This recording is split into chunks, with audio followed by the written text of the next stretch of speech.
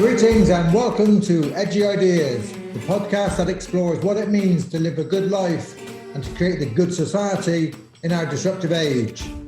My name is Simon Western and I will be talking to invited guests about diverse topics, exploring social conscious and unconscious dynamics and desires.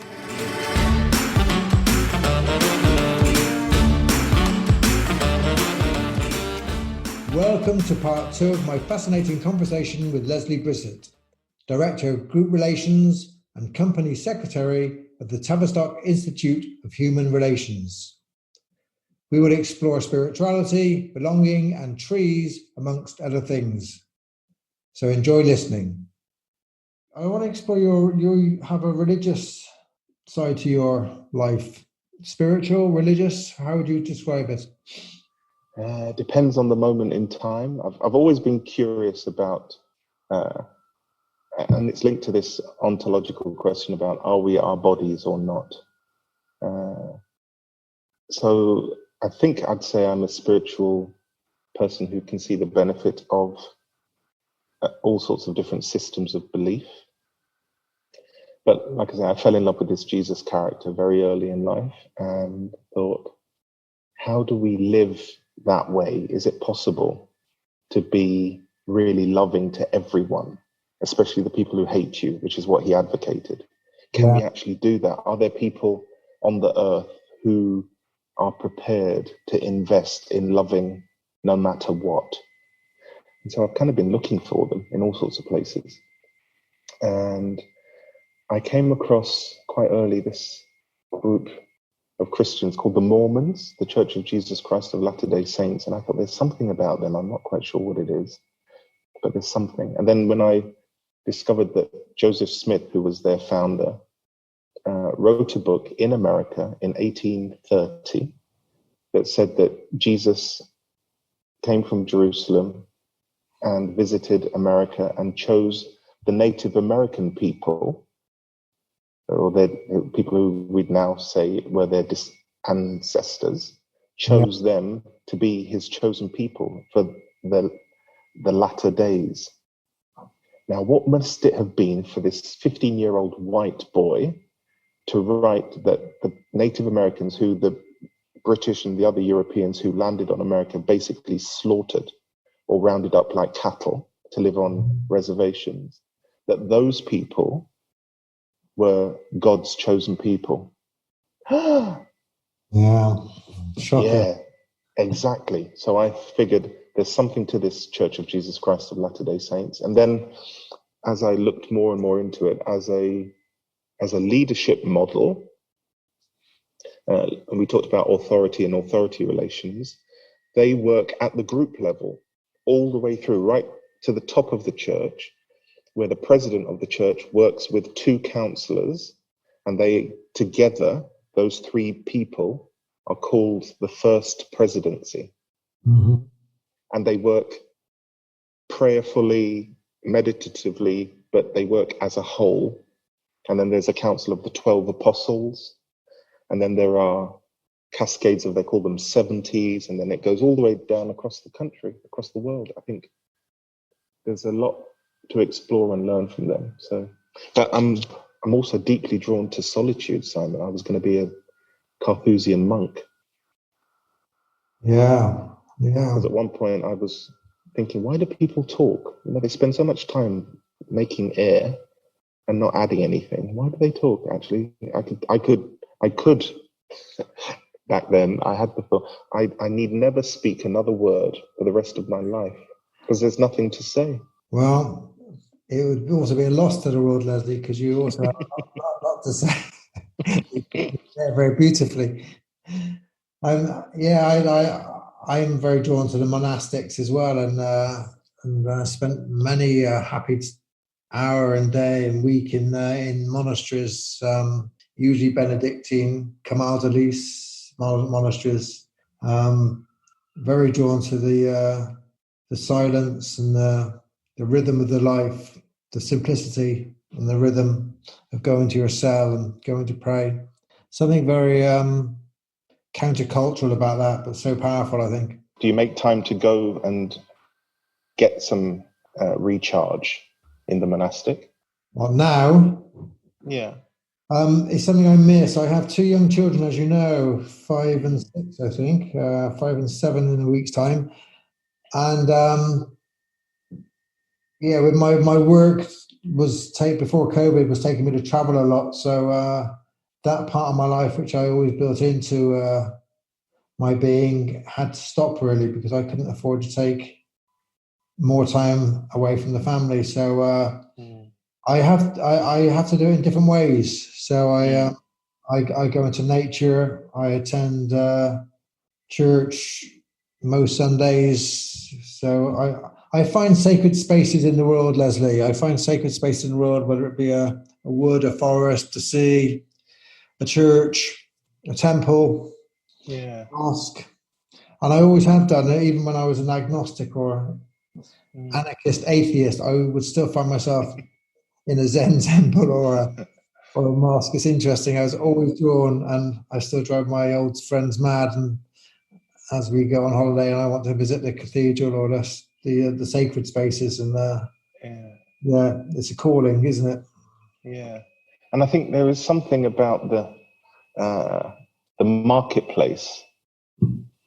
Yeah, the hustle and bustle, the craziness of it all, and I've found over the years that too can be like a sacred space for me. I can just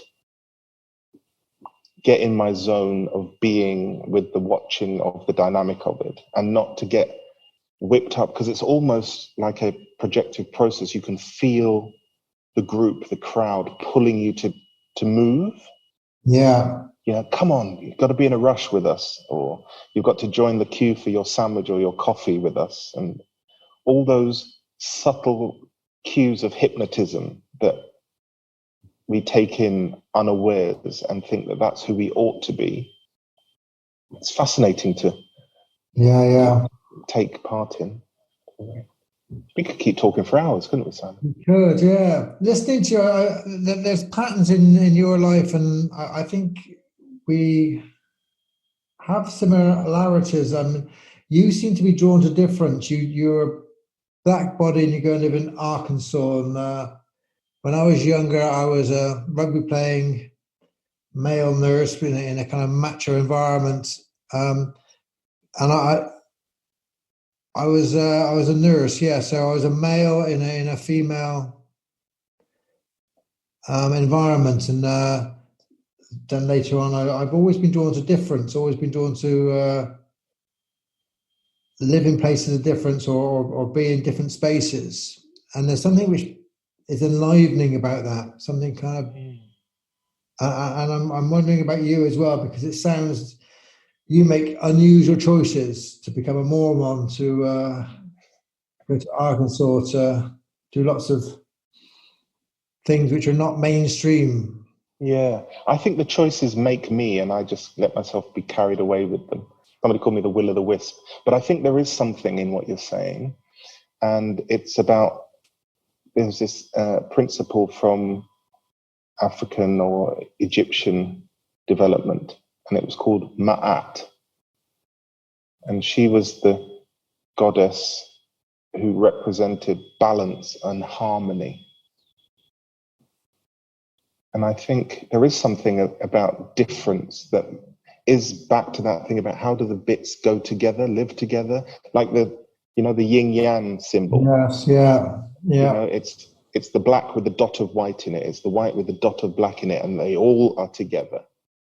Yeah. So if we're interested in harmony and together, then if it's all a bit white, then I need to go a bit black. And if it's all a bit black, then I need to go a bit white. And if it's all a bit straight, then I need to go a bit gay. And if it's all a bit gay, I need to go a bit straight. And I've had gay friends who are like, no, I'd never sleep with a woman. I said, well, turn out the lights. How would you know? Because your body would tell you, thank you very much for that stroke or that touch. So I think there is a wisdom that is about blindness, which takes us into the realm of really feeling, I was just associating it again, like reflecting on different spaces I've been in. And one of the spaces I was in at a young age was an old-fashioned asylum. I worked as a psychiatric nurse, and it was just as the Victorian asylums were getting closed when they started putting patients into the community. And but I lived in an asylum for a few years during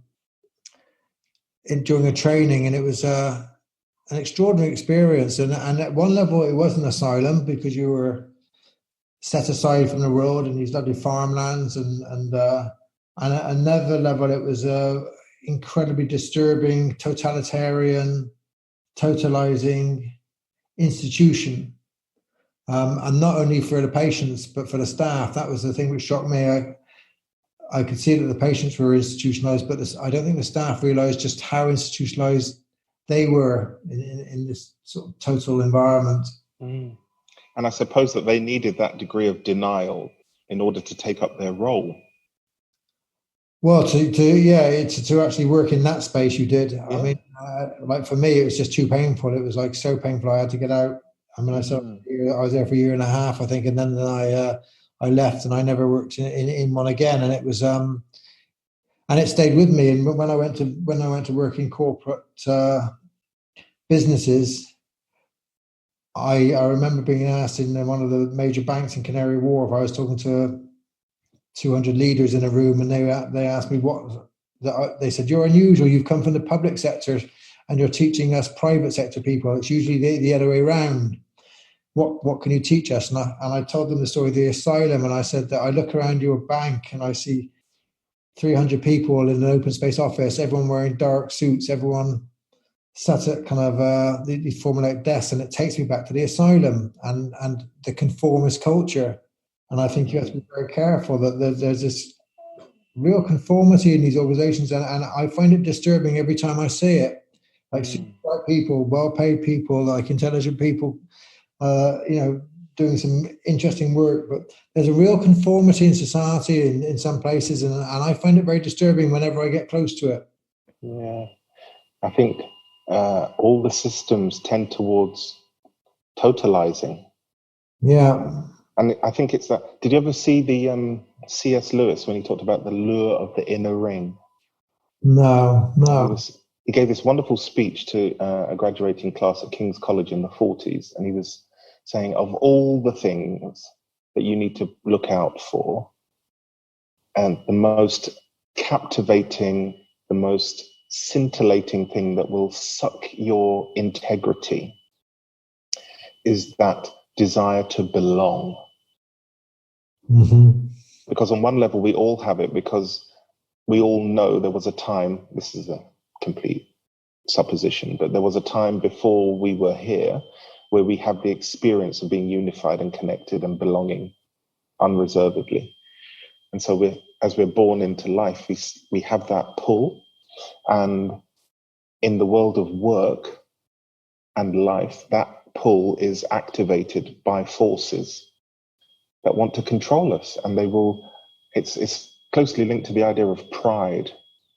Yeah. You want to belong, you want to have your moment, and certainly you want to belong to that place where the secret stuff happens, the inner ring. And that, I think that's partly what's in the Lord of the Rings thing, my precious.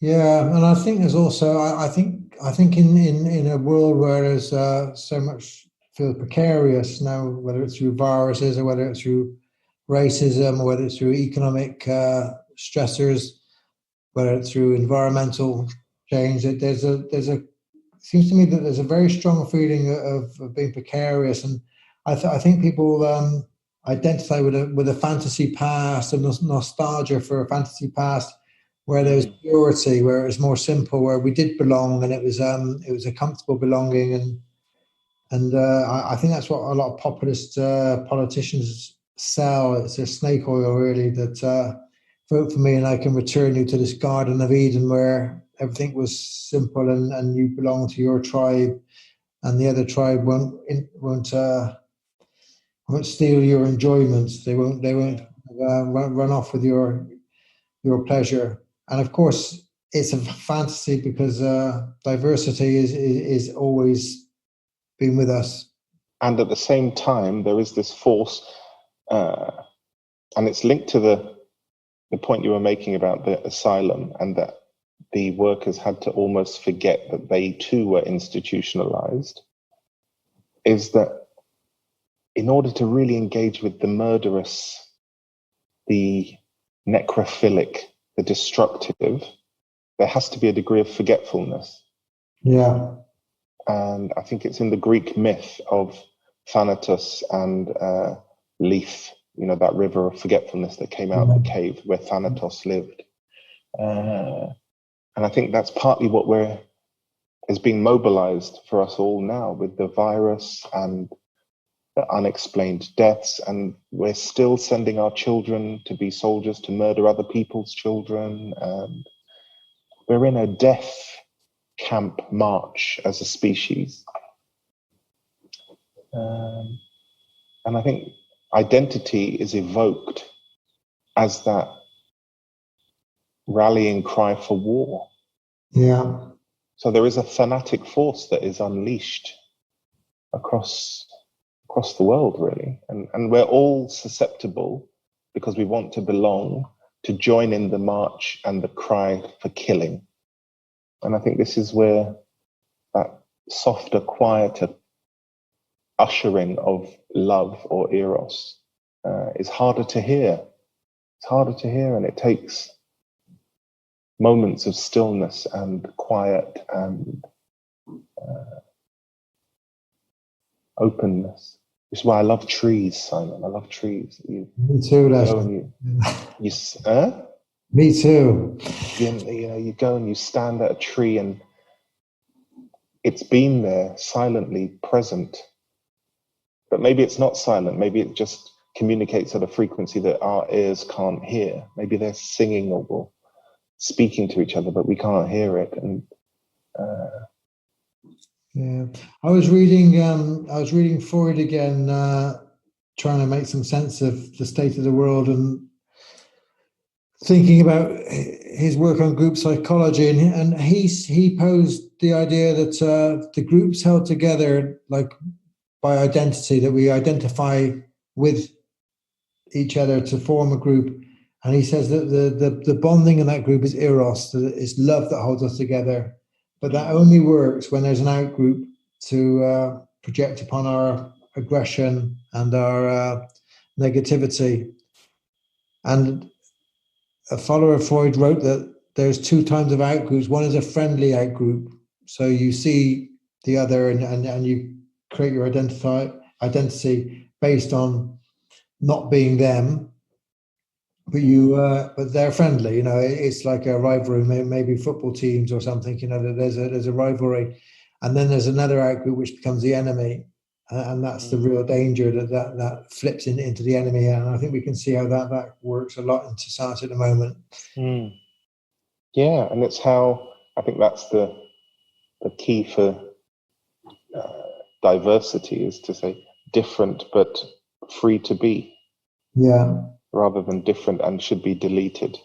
Yeah, and to accept the difference is actually a living part of who we are, because there's the idea of like pure equality or some perfect place where there is no difference. It is a fantasy as well. So it's like how we work with that difference, how we kind of make that a creative difference, how we work through our own struggles with our own differences internally as well. I mean, I think psychoanalysis really helps that as well, that it's not just a difference out there, there's a difference in here, the conscious and the unconscious playing with each other, and the ego and the superego having their games, and all our internal kind of selves sort of fighting and struggling and enjoying all at the same time. But I think we need to put the point of caution in the air that says that surfaces the fantasy that we will get beyond it and get to a place where it's all love. Yeah. Because that isn't balance. No, and it becomes a shadow. As you know, I was a Quaker for many years. I'm still a Quaker, although I don't attend meetings. There's not a big meeting where I am, but and I belong to the Church of Ireland at the moment. But I had a friend in Liverpool. He was a dean of Liverpool Cathedral, and he was a fine man. And his I think his sister was a Quaker, and he said to me, "Simon, Quakers, the most aggressive people on earth." And I actually thought about it. I thought actually it's quite right. That the levels of passive aggressiveness which you get in pacifist groups, whether it's Quakers or anarchists or whatever it is, peace groups, CND and stuff. The levels of passive aggressiveness which come through are amazing. And I think that's what happens when Dione Hill's a colleague at the Institute. She talks about spiritual bypassing, where lots of people get into this mental state where they think they should be more advanced and more spiritual than they really are. And when they say spiritual, they mean all kind, all beneficent, all accepting. And so you get this strange, odd, lack of integrity way of behaving.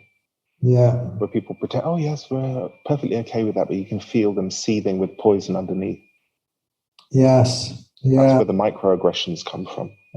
That's right. Now, spirituality is a big challenge. I mean, when you talk about religion, spirituality, or when people ask me about it, it's quite problematic because so often it can be instrumentalized. People in business talk about spirituality in business, and that gives you increased profits, and there's the whole movement around spirituality. It's quite a troubled area, I think, at the moment. It's like people they point to religion as kind of a bad thing, that kind of old-fashioned thing called religion, and power spiritual, and but it's something which is being lost in that journey as well, I think, and it becomes like a narcissistic spirituality as well, where you choose this bit and that bit, but you don't actually do the deeper work through the struggle of what it means to work on yourself through a religious practice. And you see all of that out in the world. I think, though, in a way, it's like we're going through a collective surfacing. So all the stuff, all the lies that we've been raised with, all of our conditioning, our collective conditioning, in the face of whatever's emerging, we can't hide in the conditioning anymore. And so the lies, the cruelty, the brutality that our social systems have enacted, perpetrated, orchestrated, and hidden from us now are being revealed. And people, at one hand, are intrigued, and on the other, they're terrified. And it's like we've all gone to watch a really gory video nasty, and we're covering our eyes. We're in there, we want to see, but we don't really want to see it. Yeah. And, if you think about what organized religions have done, if they could lay on the streets all the bodies that they've murdered. I saw that film, what was it called? Philomena. Did you ever see Philomena? I did, yeah, very moving. Where basically the church were killing babies. Yeah. In enormous numbers, and then burying them. Yeah. And not telling people. You add to that what they did to the babies that they let survive. What nuns were being used for, it's awful. Yeah. But to really make the time to look at the horror story, not to beat anybody up for it, not to punish them saying you should have known better or you shouldn't have let it happen, but to really, like you do in an analysis, lie on the couch and let it all out. Yeah, I mean, one thing I'm observing is very much this, and I talk about, I was working with a global tech company yesterday, and they asked me to address Black Lives Matter, and it was in American, their HQ. And I was talking about a return of the repressed, and it's what you're saying. These things which when it's slavery, colonialism, the Catholic Church abuse, unless they're dealt with, these things return. That this repression doesn't work. It comes back and it comes back, and it's repetition after repetition, and haunts us really. And as you say, still like in Ireland, where the Catholic Church hasn't really done the work it needs to do, and it returns, and immigrants in Ireland, they get treated really badly in institutions at the moment. Hope it's going to change it, but it's horrible what happens to immigrants here. It's dehumanizing, and it's like, after everything which has gone before, haven't we learned? But because it's not been addressed, this repressed comes back and haunts us again, and it gets repeated. Yeah. I think, it's partly what Freud was trying to allude to with civilization and its discontents. Yeah. But moving here to Arkansas, I've become a bit obsessed about hunting, and adding to that, just basically murder. If you think about how many animals we kill and the way that we kill them, and that killing takes place out of sight. It's not like in the old days where you'd go to a market and there'd be a box of chickens in a thing and somebody'd wring its neck, or like you do in other parts of the world. In our Western meat processing, they even call it processing. Yeah. We are really cruel. And I think we have to own it, whether we eat the animals or not, we are really cruel. Yeah. And where does all of that cruelty get located? Yeah. So our psychic apparatus that's having to defend us against the cruelty that forms the bedrock of what is in our fridge and our cupboards, we can't contain. Yeah. Yeah, and the Hindus and the Hare Krishnas, they teach us about this. I remember being with the Krishnas on some festival, and I've been visiting the Krishnas ever since. And they teach about this. Just the karma, just the mass killing of animals in this way. It actually changes you as a human race, and it does something to you. And I think there's a truth in that. Yeah. So when we asked the question where we began, what does it mean to be human? I think there's a lot of people in apparent human bodies who may not be human anymore. Yeah. And how do we deal with that? Well, we end our podcast, Leslie. I think, as you say, we could talk forever. This has been fascinating. So thank you. I like to end by asking guests, have they, reflecting on the conversation, what would help us live a good life and create the good society? What could you say to our audience? To take some time to slow down, which has been part of the gift of this Corona time, and to take note of the trees in your environment and embrace them with wonder. What do they know? What do they think? What do they feel? Because they're as alive as we are. And if we can find our humanity to connect with them as fellow earthlings, I have real curiosity about what we might unleash on this planet in terms of sustainability. Well, that's a lovely way to end our podcast, Leslie. Your beauty and your wisdom shine through, so keep shining. Thank you, Simon. I'm just your mirror. Lovely to talk with you. We'll do this again in a while. Yeah. Okay. Well. Take care. Peace.